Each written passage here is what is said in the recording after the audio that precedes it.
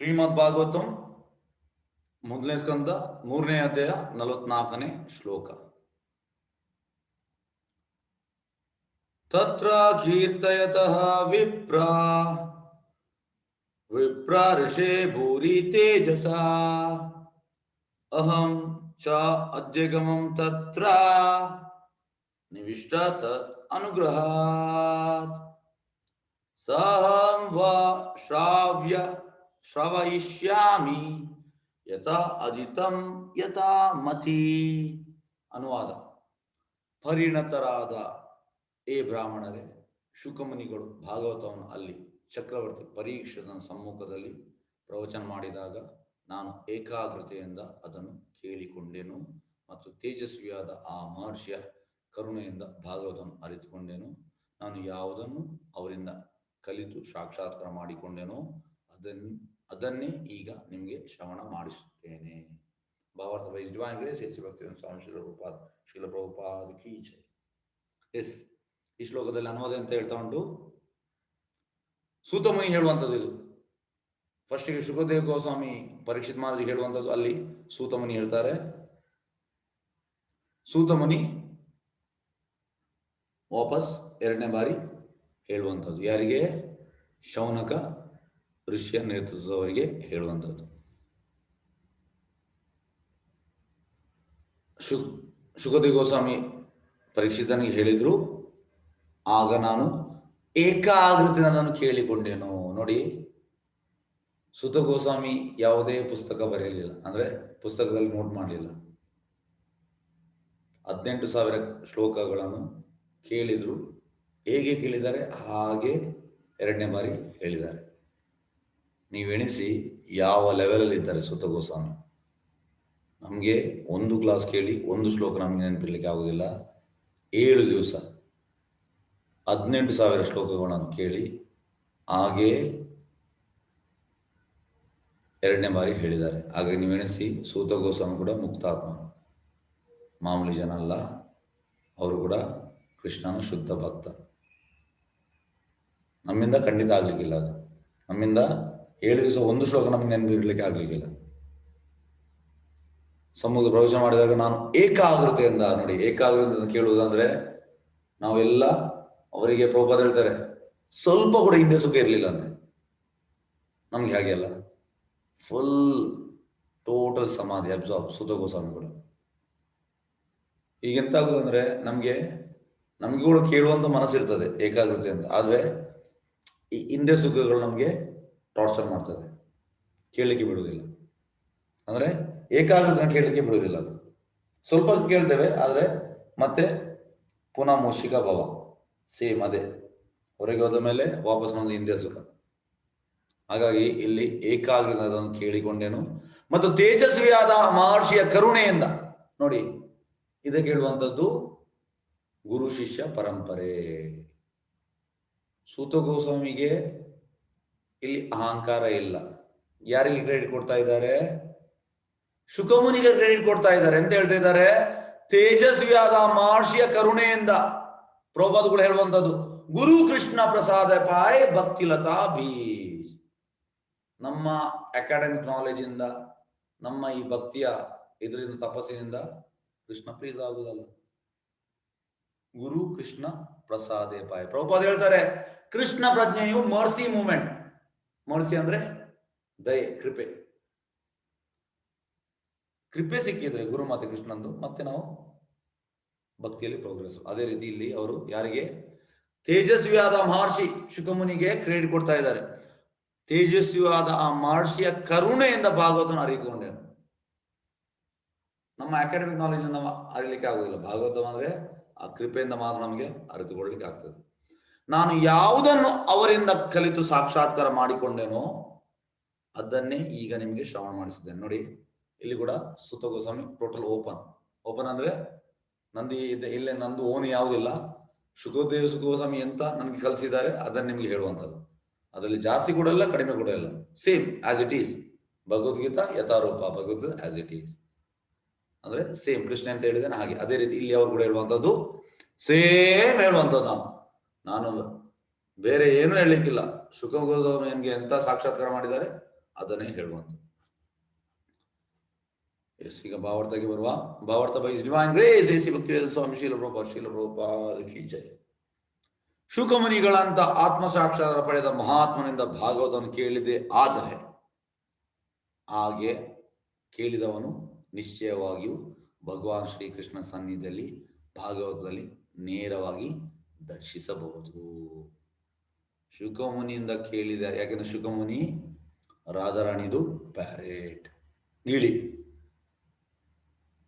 ಶುಕಮುನಿಯಿಂದ ನಾವು ಭಾಗವತಂ ಕೇಳಿದರೆ ನಮಗೆ ಖಂಡಿತ ದರ್ಶನ ಆಗ್ತದೆ, ಅದರಲ್ಲಿ ಡೌಟ್ ಇಲ್ಲ. ಇಲ್ಲಿ ಸುತ ಗೋಸ್ವಾಮಿಗೆ ದರ್ಶನ ಆಯಿತು. ಸಾಕ್ಷಾತ್ಕಾರ ಅಂದ್ರೆ ಎಂತ? ಸಾಕ್ಷಾತ್ಕಾರ ಅಂದ್ರೆ ನಮ್ಗೆ ಜೀವೇರ ಸ್ವರೂಪವಾಗಿ ನಿತ್ಯ ಕೃಷ್ಣದಾಸ್, ನಾವು ಕೃಷ್ಣನ ಸೇವಕರು ಅನ್ನೋದು ನಮ್ಗೆ ಸಾಕ್ಷಾತ್ಕಾರ ಆಗ್ಬೇಕು. ಅಂದ್ರೆ ಥಿಯರಿಯಲ್ಲಿ ಹೇಳ್ಬೋದು, ಎಸ್ ನಾನು ಕೂಡ ಕೃಷ್ಣ ಸೇವಕ, ಆದ್ರೆ ಫಲೇನ ಪರಿಷತ್, ನೀನ್ ಎಂತ ಮಾಡ್ತಿದ್ದೀಯ? ಎಸ್, ನೀನು ಸೇವಕನಾಗಿದ್ಯಾ, ಸೇವೆ ಮಾಡ್ತಿದ್ಯಾ? ಇಲ್ಲ, ನಾನು ಇಂದ್ರಿಯ ಸೇವೆ ಮಾಡ್ತಿದ್ದೇನೆ, ಹಾಗಾಗಿ ನೀನು ಅಲ್ಲ. ನೀನು ಕೃಷ್ಣನ ಸೇವೆ ಮಾಡ್ಬೇಕು. ಸಾಕ್ಷಾತ್ಕಾರ ಅಂದ್ರೆ ಇದು, ಅಲ್ಲಿ ನಮ್ಗೆ ದರ್ಶನ ಆಗ್ತದೆ. ಬಾಡಿಗೆಗೆ ದುಡಿಯುವ ಸುಳ್ಳು ಪ್ರವಚನಕಾರರ ಮೂಲಕ ಭಾಗವತವನ್ನು ಅರಿಯುವುದು ಅಸಾಧ್ಯ. ಪ್ರಭುಪಾದ ಯಾಕೆ ಹೇಳ್ತಾ ಇದ್ದಾರೆ? ಪ್ರಭುಪಾದ ಇದು ಬರೆಯುವಾಗ ಪ್ರಭುಪಾದ ವೃಂದಾವನದಲ್ಲಿ ಇದು 55 to 65 ವೃಂದಾವನದಲ್ಲಿ ರಾಧಾ ದಾಮೋದರ ಟೆಂಪಲ್ ಅಲ್ಲಿ ಇದು ಮೊದಲ ಸ್ಕಂದ ಬರೆಯುವಾಗ ಪ್ರಭುಪಾದ ಮೊದಲ ಸ್ಕಂದವನ್ನು ಇಟ್ಕೊಂಡು ಅವರು ಅಮೆರಿಕಕ್ಕೆ ಹೋದದ್ದು. ಅಲ್ಲಿ ಅಲ್ಲಿ ಅಲ್ಲಿ ಗಲ್ಲಿ ಗಲ್ಲಿಯಲ್ಲಿ ಭಾಗವತಂ ಹೇಳ್ತಾರೆ. ಯಾಕೆ? ಹಣಕ್ಕೆ. ಹಣ, ನಮ್ಮ ದುಡಿಮೆಗೆ ನಾವು ಈ ಭಾಗವತಂ ಹೇಳಿದ್ರೆ ಏನು ಪ್ರಯೋಜನ ಇಲ್ಲ. ಕೇಳುವವನಿಗೆ ಕೂಡ ಬೆನಿಫಿಟ್ ಇಲ್ಲ, ನಮ್ಗೆ ಕೂಡ ಬೆನಿಫಿಟ್ ಇಲ್ಲ. ಹೇಗೆಂದ್ರೆ ಈಗ ಹಾಲು ಉಂಟು, ಹಾಲನ್ನು ಹಾವು ಹೋಗಿ ಸ್ಪರ್ಶಿಸಿದೆ, ಮತ್ತೆ ಅದು ಹಾಲು ಅಲ್ಲ, ಅದರಲ್ಲಿ ವಿಷ ಇರ್ತದೆ. ಅದೇ ರೀತಿ ಈ ದುಡಿಮೆಗೆ ಮಾಡುವವರತ್ರ ನಾವು ಕೇಳಿದ್ರೆ ನಮ್ಗೆ ಅದು ವಿಷದ ರೀತಿ. ಇದಕ್ಕೆ ಇನ್ನೊಂದು ಎಕ್ಸಾಂಪಲ್ ಕೊಡ್ತೇನೆ. ನಾರದಮುನಿ ಹೇಳುವಂತದ್ದು, ಒಬ್ಬಂದು ತುಂಬಾ ಕೋಗಿಲೆ ಕಂಠ, ಬಹಳ ಚಂದ ಹಾಡ್ತಾನೆ. ಅಂದ್ರೆ ಹಾಡು ಕೇಳುವಾಗ ನಿಮ್ದು ಹೃದಯ ಮೆಲ್ಟ್ ಆಗ್ತದೆ. ಎಂತ ವಾಯ್ಸ್, ಎಂತ ವಾಯ್ಸ್. ಇನ್ನೊಬ್ಬ ಕರ್ಕಶ ವಾಯ್ಸ್. ಏನು ಅಂದ್ರೆ ವಾಯ್ಸ್ ಪ್ರಯೋಜನ ಇಲ್ಲ, ರಾಗ ಗೊತ್ತುಂಟು ಅವನಿಗೆ, ವಾಯ್ಸ್ ಪ್ರಯೋಜನ ಇಲ್ಲ. ನಾರದಮುನಿ ಹೇಳ್ತಾರೆ, ಒಬ್ಬ ಒಳ್ಳೆ ಕಂಠವ, ಅವ ಭಕ್ತನಲ್ಲ. ಇನ್ನೊಬ್ಬ ಭಕ್ತ, ಕರ್ಕಶ ಕಂಠ. ನಾರದಮುನಿ ಹೇಳ್ತಾರೆ, ಈ ಕರ್ಕಶ ಕಂಠನ ಆಗ್ಬೋದಂತೆ, ಇವ ಬೇಡ, ಒಳ್ಳೆ ಕಂಠವ ಬೇಡ, ಯಾಕಂದ್ರೆ ಅದು ವಿಷ ಆಗಿ. ಇಲ್ಲಿ ಭಕ್ತಿ ಇಲ್ಲ, ಅದು ನಿಮ್ಗೆ ಕಿವಿಗೆ ಎಂಟ್ರ್ ಆಗ್ತದೆ, ಅದು ವಿಷದ ರೀತಿಯಲ್ಲಿ ಬರ್ತದೆ. ಕರ್ಕಶ ಕಂಠ ಆದ್ರೆ ನಿಮ್ಗೆ ಭಕ್ತಿ ಬರ್ತದೆ ಅದರಲ್ಲಿ. ಅದೇ ರೀತಿ ಇಂಥ ಬಾಡಿಗೆ ದುಡಿಯುವ ಸುಳ್ಳು ಪ್ರವಚನಗಳ ಮೂಲಕ ಭಾಗವತವನ್ನು ಅರಿಯುವುದು ಅಸಾಧ್ಯ. ಇಬ್ಬರಿಗೂ ಕೂಡ ಬೆನಿಫಿಟ್ ಇಲ್ಲ, ಕೇಳುವವರಿಗೂ ಕೂಡ ಹೇಳುವವನಿಗೆ ಇಬ್ಬರಿಗೂ ಇಲ್ಲ. ಏಕೆಂದ್ರೆ ಅಂತ ಹುಸಿ ಪ್ರವಚನಕಾರ ಭಾಗವತ ಪಠದಿಂದ ಸ್ವಲ್ಪ ಹಣವನ್ನು ಸಂಪಾದಿಸುವ ಉದ್ದೇಶವನ್ನು ಹೊಂದಿದವನು ಹಾಗೆ ಸಂಪಾದಿಸಿದ ಹಣವನ್ನು ಲೈಂಗಿಕ ಲಂಪಟತೆಯಲ್ಲಿ ತೊಡಗಿಸುವವನು ಆಗಿರುತ್ತಾನೆ. ಪ್ರಭುಪಾದ ತುಂಬಾ ನೋಡಿದ್ದಾರೆ ವೃಂದಾವನದಲ್ಲಿ. ಅಂದ್ರೆ ಎಲ್ಲ ಮನೆ ಮಠ ಬಿಟ್ಟು ಬರುವಂಥದ್ದು, ಕಾವಿ ಬಟ್ಟೆ ಧರಿಸಿ ಬರುವಂಥದ್ದು, ಗಡ್ಡ ಬಿಡುವಂಥದ್ದು, ಅಲ್ಲಿ ಬಂದು ವಾಪಸ್ 2-3 ಮದುವೆ ಆಗುವಂಥದ್ದು. ಇಲ್ಲಿ ಸಂಪಾದನೆ ಯಾವುದು ಇದೆ? ಭಾಗವತಂ ಹೇಳಿ ಜನರು ಹಣ ಕೊಡ್ತಾರೆ, ಅದರಿಂದ ಅವನ ಜೀವನ ಹೋಗುವಂಥದ್ದು. ಇದು ಅಲ್ಲ, ಈ ರೀತಿ ಮಾಡಬಾರ್ದು. ಶ್ರೀಮದ್ ಭಾಗವತವನ್ನು ಲೈಂಗಿಕ ಭೋಗದಲ್ಲಿ ತೊಡಗಿರುವ ವ್ಯಕ್ತಿಗಳಿಂದ ಯಾರು ಅರಿಯುವುದು ಸಾಧ್ಯವಿಲ್ಲ. ಮತ್ತೆ ಅವ್ರು ಮಾಡುವುದಂತ ಅಧ್ಯಾಯಲ್ಲಿ ನೀವು ವೃಂದಾವನಕ್ಕೆ ಹೋದ್ರೆ ದಶಮ ಸ್ಕಂದ, ಕೃಷ್ಣನ ಆ ಲೀಲೆ, ರಾಸ ಲೀಲೆ, ಕೃಷ್ಣನ ರಾತ್ರಿ ಕೃಷ್ಣ ಕುಣಿಯುವಂಥದ್ದು, ಅದನ್ನು ಮಾಡುವಂಥದ್ದು. ಟೋಟಲ್ ಅಲ್ಲಿಯೇ ಎಂಟ್ರಿ. ಪ್ರಭುಪಾದ ಈಗ ಕೂಡ ಈ ನಿಧಿವನ್ ಮತ್ತು ಸೇವಕುಂಜ್, ನಿಧಿವನ್ ಮತ್ತು ಸೇವಕುಂಜಲ್ಲಿ ಕೃಷ್ಣನ ರಾಸಲೀಲೆ ಈಗ ಕೂಡ ಆಗ್ತದೆ. ಅದು ನಮ್ಗೆ ಕಾಣೋದಿಲ್ಲ, ಆದರೆ ಅದು ನಿತ್ಯ, ಇಟರ್ನಲ್, ಸನಾತನ. ಅಲ್ಲಿ ರಾತ್ರಿ 7 ಗಂಟೆ ನಂತರ ಅದು ಕ್ಲೋಸ್ ಮಾಡ್ತಾರೆ, ಮತ್ತೆ ಬೆಳಿಗ್ಗೆ ಓಪನ್ ಮಾಡುವಂಥದ್ದು ಈಗ ಕೂಡ ಉಂಟು. ಹತ್ತಿರ ಅದು ರಾಧಾ ದಾಮೋದರ ಟೆಂಪಲ್ಗೆ ಹತ್ತಿರ ಬೀಳ್ತದೆ. ಎರಡು ಕೂಡ ಸೇವಕುಂಜ ಮತ್ತು ನಿಧಿವನ್. ಹೆಚ್ಚಿನವರು ಅಲ್ಲಿ ಯಾರಾದರೂ ಫೋರ್ಸ್ಫುಲಿ ಹೋದ್ರೆ ಅವರು ಹುಚ್ಚರಾಗ್ತಾರೆ ಬರುವಾಗ. ಯಾಕಂದ್ರೆ ಆ ಕೃಷ್ಣನ ಪ್ರೇಮ ನಾವು ಕ್ವಾಲಿಫೈಡ್ ಆಗಲಿಲ್ಲ. ನೋಡ್ಲಿಕ್ಕೆ, ಹಾಗಾಗಿ ಅಲ್ಲಿ ಎಂಟ್ರಿ ಇಲ್ಲ. ಶ್ರೀಮದ್ ಭಾವ ಲೈಂಗಿಕ ಭೋಗದಲ್ಲಿ, ಹಾಗಾಗಿ ಅವರೆಲ್ಲ ನೋಡುವಂಥದ್ದು ಆ ಲೈಂಗಿಕ ಭೋಗದ ಇದರಲ್ಲಿ ಭಾಗವತವನ್ನು ಕೃಷ್ಣನ ರಾಸನಿತ್ಯ ರಾಸಲೀಲೆ ಅದಕ್ಕೆ ಹೋಗ್ತಾರೆ. ಡೈರೆಕ್ಟ್ ಜಂಪ್ ಮಾಡೋದು, ಅದನ್ನೇ ಕ್ಲಾಸ್ ಮಾಡುವಂಥದ್ದು, ಅದನ್ನು ಮಾಡ್ಲಿಕ್ಕಿಲ್ಲ. ನಾವು 1 2 3 4 5 6 7 8 9 ಆದ ಮೇಲೆ 10ನೇ ಇದಕ್ಕೆ ಹೋಗ್ಲಿಕ್ಕೆ. ಪ್ರಭುಪಾದ ಹೇಳ್ತಾರೆ 9 ಅಧ್ಯಾಯ ಈ ರೀತಿ ಯಾರಾದ್ರು ಕಲ್ತ್ರೆ ಅವ ಸರಿಯಾಗಿ ಭಕ್ತಿಯಲ್ಲಿ ಸ್ಥಿರವಾಗ್ತಾನೆ, ಮತ್ತೆ ಅವನಿಗೆ ಅದು ಅರ್ಥ ಆಗ್ತದೆ, ಎಲ್ಲರಿಗೂ ಅವನು ಅರ್ಥ ಆಗುದಿಲ್ಲ. ಭಾಗವತ ಅಭ್ಯಾಸದ ರಹಸ್ಯವೇ ಅದು. ಕೇವಲ ಪ್ರಾಪಂಚಿಕ ಪಾಂಡಿತ್ಯದಿಂದ ಭಾಗವತವನ್ನು ವಿವರಿಸುವನಿಂದ ಕೂಡ ಯಾರು ಭಾಗವತವನ್ನು ಅರಿಯಲಾರರು.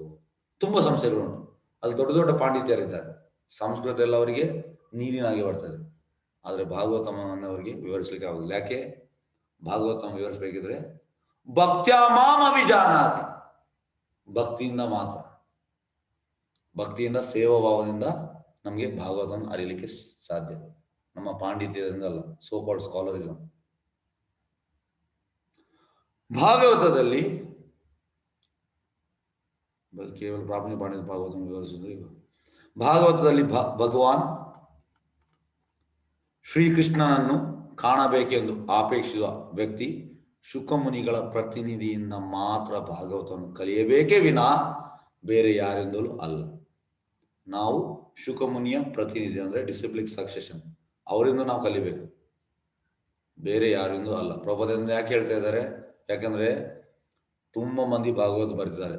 ಹೇಗೆ ಭಗವದ್ಗೀತೆ ತುಂಬಾ ಎಡಿಷನ್ ಉಂಟು, ಅದೇ ರೀತಿ ಭಾಗವತ ಕೂಡ ಉಂಟು. ಒಬ್ರು ನನಗೆ ಅಂದ್ರೆ 5th ಬ್ಯಾಚ್ ಅಲ್ಲಿ ಒಬ್ರು ಅವ್ರು ನನಗೆ ಫೋನ್ ಮಾಡಿದ್ರು, ನಾನು ಕೂಡ ಭಾಗವತ ಓದ್ತೇನೆ. ನಾನು ಹೇಳಿದೆ, ಎಸ್ ಭಾಗವತ ಓದ್ತಾ ಇದ್ದೀರಲ್ಲ, ಆ ಹೆಸರು ಹೇಳಿ ಅಂತ ಹೇಳಿದೆ. ಹೆಸರು ಹೇಳಿ ಮತ್ತೆ ನನ್ನ ಸ್ವಲ್ಪ ಅದನ್ನು ಕೇಳಿದ್ರು. ಕೇಳುವಾಗ ಟೋಟಲಿ ರಾಂಗ್ ಉಂಟು ಅದರಲ್ಲಿ. ಯಾಕೆಂದ್ರೆ ದೊಡ್ಡ ಸಂಸ್ಥೆ ಭಾರತದಲ್ಲಿ, ಹೆಚ್ಚಿನವರು ಅದನ್ನು ಫಾಲೋ ಮಾಡ್ತಾರೆ, ಆದರೆ ಫಿಲಾಸಫಿ ಟೋಟಲಿ ರಾಂಗ್ ಉಂಟು. ನಾನು ಹೇಳಿದೆ, ಇದರಿಂದ ನೀವು ಓದಿದ್ರೆ ನಿಮಗೆ ಭಕ್ತಿ ಸಿಗುವುದಿಲ್ಲ, ಅದ ನೀವೆಂತ ಕನ್ಫ್ಯೂಷನ್ ಅಲ್ಲಿ ಬೀಳ್ತೀರಿ. ಕನ್ಫ್ಯೂಷನ್ ಟೋಟಲ್, ಯಾಕಂದ್ರೆ ಅವರವರ ಅಭಿಪ್ರಾಯ ಕೊಟ್ಟಿದ್ದು. ನೋಡಿ, ಪ್ರಭುಪಾದ ಹೇಳುವಂಥದ್ದು,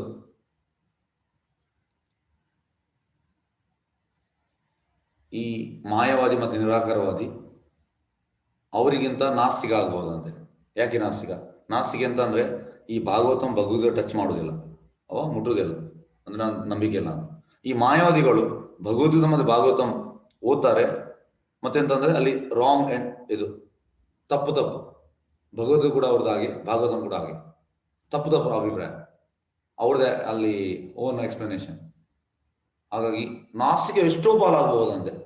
ಇದು ಡೇಂಜರಸ್ ಅಂತ ಪ್ರಭುಪಾದ ಹೇಳ್ತಾರೆ. ಮಾಯಾವಾದಿ ಮತ್ತು ನಿರಾಕಾರವಾದಿ ತುಂಬಾ ಡೇಂಜರಸ್ ಅಂತ ಪ್ರಭುಪಾದ ಹೇಳುವಂತ. ಇದೊಂದು ಮಾರ್ಗ, ಬೇರೆ ಯಾವ ದಾರಿಯೂ ಇಲ್ಲ. ಮಾರ್ಗ ಅಂದ್ರೆ ಏವಂ ಪರಂಪರಾ ಪ್ರಾಪ್ತಂ ಇಮಂ ರಾಜ ಋಷಿಯೋ ವಿದೋ ಸಕಾಲೇನ ಮಹತ ಯೋಗ ನಷ್ಟ ಪರಂತಪ. ಪರಂಪರೆಯಿಂದ ನಾವು ಬರಬೇಕು, ಸಂಪ್ರದಾಯದಿಂದ ಬರಬೇಕು, ಅಲ್ಲಿ ಮಾತ್ರ ನಮಗೆ ಅಲ್ಲಿ ಬೆನಿಫಿಟ್, ಇಲ್ಲದ್ರೆ ಬೆನಿಫಿಟ್ ಇಲ್ಲ. ಮಹಾ ವಿದ್ವಾಂಸ ಬ್ರಾಹ್ಮಣರಾದ ಶುಕಮುನಿಯಿಂದ ಭಾಗವತವನ್ನು ಗ್ರಹಿಸಿದ ಸೂತಮುನಿಯು ಶುಕಮುನಿಗಳ ನಿಜವಾದ ಪ್ರತಿನಿಧಿ. ನೋಡಿ, ಇದು ನಿಜವಾದ ಪ್ರತಿನಿಧಿ ಯಾರು? ಸೂತಮುನಿ, ಶುಕಮುನಿಯ ನಿಜವಾದ ಪ್ರತಿನಿಧಿ. ಆದ್ದರಿಂದ ತಾವು ಯಾವ ಸಂದೇಶವನ್ನು ಗ್ರಹಿಸಿದರೋ ಅದನ್ನೇ ಅವರು ನೀಡಲು ಬಯಸುತ್ತಾರೆ. Same as it is. Shukamuni ಅಂತ ಹೇಳಿದ್ದಾರೆ, ಅದನ್ನೇ ಹೇಳಿದ್ರು ಸೂತ ಗೋಸ್ವಾಮಿಗಳು. ಶುಕಮುನಿಗಳು ಭಾಗವತವನ್ನು ತಮ್ಮ ಪೂಜ್ಯ ತಂದೆಯಿಂದ ಹೇಗೆ ಗ್ರಹಿಸಿದ್ರು ಹಾಗೆ ನಿರ್ವಹಿಸಿದ್ರು. ನೋಡಿ, ಶುಕಮುನಿ ಕೂಡ ವೇದವ್ಯಾಸರಿಂದ ಹೇಗೆ ಕೇಳಿದ್ದಾರೆ ಹಾಗೆ ಗ್ರಹಿಸಿದ್ರು, ಏನು ಚೇಂಜಸ್ ಮಾಡಲಿಲ್ಲ. ಭಾಗವತವನ್ನು ಕೇವಲ ಕೇಳಿದರೆ ಸಾಲದು, ಏಕಾಗ್ರತೆ ಅದನ್ನು ಸಾಕ್ಷಾತ್ಕಾರ ಮಾಡಿಕೊಳ್ಳಬೇಕು. ನೋಡಿ, ಅಂತಂದ್ರೆ ಈಗ ನೀವೆಲ್ಲರೂ ಭಾಗವತಂ ಕೇಳ್ತಾ ಇದ್ದೀರಿ, ಶ್ರವಣ ಕೀರ್ತನ ಸ್ಮರಣ ಕೂಡ ಆಗಬೇಕು. ನೀವು ಇದನ್ನು ಅನಲೈಸ್ ಮಾಡಬೇಕು. ಇವತ್ತಿನ ಶ್ಲೋಕ ನನ್ನ ಲೈಫ್ಗೆ ಹೇಗೆ ತರ್ತದೆ, ಅಂದ್ರೆ ಇದು ಹೇಗೆ ನಾನು ಅಪ್ಲೈ ಮಾಡುವಂಥದ್ದು. ಆಗ ನಿಮಗೆ ಕೃಷ್ಣ ಸಾಕ್ಷಾತ್ಕಾರ ಆಗ್ತಾನೆ. ಖಾಲಿ ಅಂದ್ರೆ ಅದನ್ನು ನಾವು ಸೆಲ್ಫ್ ಅನಾಲಿಸಿಸ್ ಅಂದ್ರೆ ನಾವು ನಮ್ಮ ಜೀವನಕ್ಕೆ ಇದನ್ನು ಈ ಶ್ಲೋಕವನ್ನು ಸ್ಮರಣೆ ಮಾಡ್ತಾ ಇರಬೇಕು. ಎಸ್, ಈಗೀಗ ಹೇಳಿದ್ದಾರೆ ಶುಕಮುನಿ, ಸೂತ ಗೋಸ್ವಾಮಿ 2ನೇ ಬಾರಿ ಹೇಳಿದ್ದಾರೆ. ಇದನ್ನು ನಾವು ಅನಲೈಸ್ ಮಾಡ್ತಾ ಬರಬೇಕು. ದಿವಸ ಇಡೀ ಇವತ್ತು ಎಂತ ಕೇಳ್ತೀರಿ ಅದನ್ನು ಮತ್ತೆ ನೀವು ಅನಲೈಸ್ ಮಾಡ್ತಾ ಬರಬೇಕು. ಏಕಾಗ್ರದಿಂದ ಅದನ್ನು ಸಾಕ್ಷಾತ್ಕಾರ ಮಾಡಿಕೊಳ್ಳಬೇಕಾಗ್ತದೆ. ನೋಡಿ, ನಿವಿಷ್ಟ ಎಂಬ ಪದವು ಸೂತ ಮುನಿಗಳ ಭಾಗವತ ಅಮೃತವನ್ನು ತಮ್ಮ ಕಿವಿಗಳಿಂದ ಕೂಡಿದರು ಎಂಬ ಅರ್ಥವನ್ನು ಸೂಚಿಸುತ್ತದೆ. ನಿವಿಷ್ಟ ಎಂಬ ಪದವು ಸೂತ ಮುನಿಗಳ ಭಾಗವತ ಅಮೃತವನ್ನು ತಮ್ಮ ಕಿವಿಗಳಿಂದ ಕುಡಿದರು ಎಂಬ ಅರ್ಥವನ್ನು ನೋಡಿ. ಅವರು ಈ ಭಾಗವತ ಅಮೃತವನ್ನು ಕಿವಿಯಿಂದ ಕುಡಿದರು. ನಮಗೆ ಕಣ್ಣಿಂದ ಕೃಷ್ಣ ನೋಡ್ಲಿಕ್ಕೆ ಆಗುದಿಲ್ಲ, ಹಾಗಾಗಿ ಭಾಗವತ ನಾವು ಕುಡಿಬೇಕು ಕಿವಿಯಿಂದ, ಬಾಯಿಂದಲ್ಲ, ಕಿವಿಯಿಂದ ಕುಡಿಬೇಕು. ಇದು ನಾವು ಮಾಡಬೇಕು. ಇದನ್ನು ನಾವು ಮಾಡಬೇಕಿದ್ರೆ ನಮ್ದು ಒಳ್ಳೆ ಜಪ ಆಗಬೇಕು. ಜಪ ಆಗಿ ಇದನ್ನು ನಾವು ಸ್ಮರಣೆ ಮಾಡ್ತಾ ಬರಬೇಕು. ನೋಡಿ, ವಿದಿನ್ 6 months ನೀವು ಭಕ್ತರಾಗ್ತೀರಿ, ಅದರಲ್ಲಿ ಡೌಟ್ ಇಲ್ಲ. ಅದು ಭಾಗವತವನ್ನು ಗ್ರಹಿಸುವ ನಿಜವಾದ ಕ್ರಮ. ನಾವು ಕಿವಿಯಿಂದ ಕುಡಿಬೇಕು. ಅದು ಯಾವ ತರ ಹೇಳಿದ್ರೆ ನಾವು ಕಿವಿಯಿಂದ ಕುಡಿಬೇಕು. ಎಂತ ಕಿವಿಯಿಂದ? ಬಾಯಿಯಿಂದ ಕುಡಿಯುವುದಲ್ಲ. ಅಲ್ಲ, ಭಾಗವತವನ್ನು ನಾವು ಕಿವಿಯಿಂದ ಕುಡಿಯುವುದು ಅಂದ್ರೆ ಕಿವಿಯಿಂದ ನಾವು ಕೇಳಬೇಕು, ಜಾಸ್ತಿ ನಾವು ಕೇಳಬೇಕು. ನಿಜವಾದ ಅರ್ಹ ವ್ಯಕ್ತಿಯಿಂದ ಪರಮ ಏಕಾಗ್ರತೆಯನ್ನು ಭಾಗವತವನ್ನು ಕೇಳಿದೆ ಆದರೆ ಭಾಗವತದ ಪುಟಗಳಲ್ಲಿ ಭಗವಾನ್ ಕೃಷ್ಣನ ಸನ್ನಿಧಿಯನ್ನು ಅರ್ಥ ಮಾಡಿಕೊಳ್ಳಬಹುದು. ಪ್ರತಿ ಪುಟದಲ್ಲಿ ಭಾಗವತದಲ್ಲಿ ಕೃಷ್ಣ ಇದ್ದಾನೆ. ನಿಜವಾದ ಪ್ರತಿನಿಧಿಯಿಂದ ಕೇಳಿದ್ರೆ ನಮ್ಗೆ ಆ ಫೀಲ್ ಬರ್ತದೆ ಅಂತ. ಭಾಗವತವನ್ನು ಅರ್ಥ ಮಾಡಿಕೊಳ್ಳುವ ರಹಸ್ಯವನ್ನು ಇಲ್ಲಿ ಪ್ರಸ್ತಾಪಿಸಲಾಗಿದೆ. ಹೇಗೆ ಭಾಗವತವನ್ನು ಅರ್ಥ ಮಾಡುವುದು ಅದು ಇಲ್ಲಿ ಪ್ರಸ್ತಾಪಿಸಲಾಗಿದೆ. ಯಾರ ಮನಸ್ಸು ಶುದ್ಧವಾಗಿಲ್ಲವೋ ಅಂತ ಮನುಷ್ಯನು ಪರಮ ಏಕಾಗ್ರತೆಯನ್ನು ಸಾಧಿಸಲಾರ. ನಮ್ಮ ಮನಸ್ಸು ಶುದ್ಧ ಇಲ್ಲದ್ರೆ ನಮ್ಗೆ ಪರಮ ಏಕಾಗ್ರತೆ ಬರುವುದಿಲ್ಲ. ಈ ಕ್ಲಾಸ್ ನಾವು ಕೇಳ್ತಾ ಇರ್ತೇವೆ, ಎಲ್ಲೆಲ್ಲಿ ನಮ್ಮ ಮನಸ್ಸು ಇರ್ತದೆ, ಏಕಾಗ್ರತೆ ಬರುವುದಿಲ್ಲ. ಅದು ಕೂಡ ಚಿಂತೆ ಇಲ್ಲ, ಇದನ್ನು ಮಾಡ್ತಾ ಬನ್ನಿ. ಯಾಕಂದ್ರೆ ಗಿಡ ಇವತ್ತು ನಟ್ರೆ ಇವತ್ತು ಫಲ ಕೊಡುವುದಿಲ್ಲ, ಗ್ರಾಜುವಲಿ ಸಿಗ್ತದೆ. ಯಾರು ಕಾರ್ಯಶುದ್ಧಿಯನ್ನು ಹೊಂದಿಲ್ಲವೋ ಅಂತವನ ಮನಶುದ್ಧಿಯನ್ನು ಹೊಂದಿರಲಾರನು. ಅಂದ್ರೆ ಕಾರ್ಯಶುದ್ಧಿ ನಾವು ಮಾಡೋ ಕೆಲಸ ಅದು ಕೂಡ ಶುದ್ಧಿ ಇರ್ಬೇಕಂತೆ, ಮತ್ತೆ ಮನಸ್ಸು ಕೂಡ ಶುದ್ಧಿ ಆಗ್ತದೆ. ಯಾರು ಆಹಾರ, ನಿದ್ರಾ, ಭಯ ಮತ್ತು ಮೈಥುನಗಳಲ್ಲಿ ಶುದ್ಧವಾಗಿಲ್ಲವೋ ಅವನು ಕಾರ್ಯದಲ್ಲಿ ಶುದ್ಧನಾಗಿರುವುದು ಸಾಧ್ಯ. ನೋಡಿ, ಒಂದಕ್ಕೆ ಒಂದು ಇಂಟರ್ ರಿಲೇಟೆಡ್. ಫಸ್ಟಿಗೆ ಮನಶುದ್ಧಿಯಿಂದ ಏಕಾಗ್ರತೆ, ಕಾರ್ಯಶುದ್ಧಿಯಿಂದ ಮನಶುದ್ಧಿ, ಮತ್ತೆ ಈ ಆಹಾರ, ನಿದ್ರೆ, ಭಯ, ಮೈಥುನ ಶುದ್ಧ ಇಲ್ಲದಿದ್ರೆ ಕಾರ್ಯ ಕೂಡ ಶುದ್ಧವಾಗಿರುವುದಿಲ್ಲ. ಎಲ್ಲವೂ ಇಂಟರ್ ರಿಲೇಟೆಡ್. ಹಾಗಾಗಿ ಆಹಾರ, ನಿದ್ರ, ಭಯ, ಮೈಥುನ ಇದರಲ್ಲಿ ನಾವು ಶುದ್ಧರಿರಬೇಕು. ಹೇಗಾದ್ರೂ ಸರಿ ತಕ್ಕ ವ್ಯಕ್ತಿಯಿಂದ ಪರಮ ಏಕಾಗ್ರತೆಯನ್ನು ಯಾರಾದ್ರೂ ಭಾಗವತವನ್ನು ನೋಡಿ, ಲಾಸ್ಟ್ ಪ್ರಭುಪಾದ ಹೇಳ್ತಾರೆ, ಹೇಗಿದ್ರು ಸರಿಯಾದ ವ್ಯಕ್ತಿಯಿಂದ ನಾವು ವ್ಯಕ್ತಿಯಿಂದ ಪರಮ ಏಕಾಗ್ರತೆಯನ್ನು ಯಾರಾದ್ರೂ ಭಾಗವತವನ್ನು ಕೇಳಿದೆ ಆದರೆ ಆರಂಭದಲ್ಲೇ ಆತನು ಭಗವಾನ್ ಕೃಷ್ಣನನ್ನು ವ್ಯಕ್ತಿ ರೂಪದಲ್ಲಿ ಭಾಗವತ ಪುಟಗಳಲ್ಲಿ ಕಾಣುವುದರಲ್ಲಿ ಸಂದೇಹ ಇಲ್ಲ. ಪ್ರತಿ ಪೇಜಲ್ಲಿ ಕೃಷ್ಣ ವ್ಯಕ್ತಿ ರೂಪದಲ್ಲಿದ್ದಾನೆ, ನಮಗೆ ದರ್ಶನ ಆಗ್ತದೆ. ಇಲ್ಲಿಗೆ ಶ್ರೀಮದ್ ಭಾಗವತ 1ನೇ ಸ್ಕಂದ ಸಕಲ ಅವತಾರಗಳಿಗೆ ಆದಿಮೂಲನಾದ ಕೃಷ್ಣ ಎಂಬ 3ನೇ ಅಧ್ಯಾಯದ ಭಕ್ತಿ ವೇದಾಂತ ಭಾವಾರ್ಥವು ಮುಗಿಯಿತು. ಎಸ್, ಹೀಗೆ ಅಂತಂದ್ರೆ ನೋಡಿ, ಈಗ ನಮ್ಗೆ ಹೇಳ್ಬೋದು ಎಂತಂದ್ರೆ ಈ ಭಕ್ತಿ ವೇದಾಂತ ಭಾವಾರ್ಥ ದೊಡ್ಡದ ಅಂತ. ಇಲ್ಲ ಸರ್, ಈ ಭಕ್ತಿ ವೇದಾಂತ ಭಾವಾರ್ಥ ನಿಜವಾದ ಜ್ಯುವೆಲ್. ಅಂದ್ರೆ ಅದಕ್ಕೆ ಯಾವುದೇ ನಿಮ್ಗೆ ತುಲಭಾರ ಮಾಡ್ಲಿಕ್ಕೆ ಆಗುದಿಲ್ಲ. ಪ್ರಭುಪಾದ್ ಶುದ್ಧ ಭಕ್ತರು 15 ಪ್ರೀವಿಯಸ್ ಆಚಾರ್ಯರು ಅವರು ಕೊಟ್ಟ ಎಲ್ಲ ಸಂಸ್ಕೃತ ಪುಸ್ತಕವನ್ನು ನೋಡಿ ಅದನ್ನು ಓದಿ ಮತ್ತೆ ಕೊಟ್ಟದ್ದು. ಮಾಮೂಲಿ ಭಾವಾರ್ಥ ಅಲ್ಲ. ಈ ಭಾವಾರ್ಥ ನಾವು ಕೇಳಿ ಕೇಳಿ ಕೇಳಿ ಕೇಳಿ ಕೇಳಿ ಕೇಳಿ ನಮಗೆ ಪ್ರಭುಪಾದ್ಗೆ ಹೇಗೆ ಕೃಷ್ಣನ ಮೇಲೆ ಆಕರ್ಷಣೆ ಉಂಟು ಅದೇ ಆಕರ್ಷಣೆ ನಮಗೆ 100% ಬರ್ತದೆ, ಅದರಲ್ಲಿ ಡೌಟೇ ಇಲ್ಲ. ಎಸ್, ವಾಂಚಕಲ್ಪತರು ವಿಶ್ವ ಕೃಪಾ ಸಿಂಧುಭ್ಯೇವ ಚ ಪತಿತ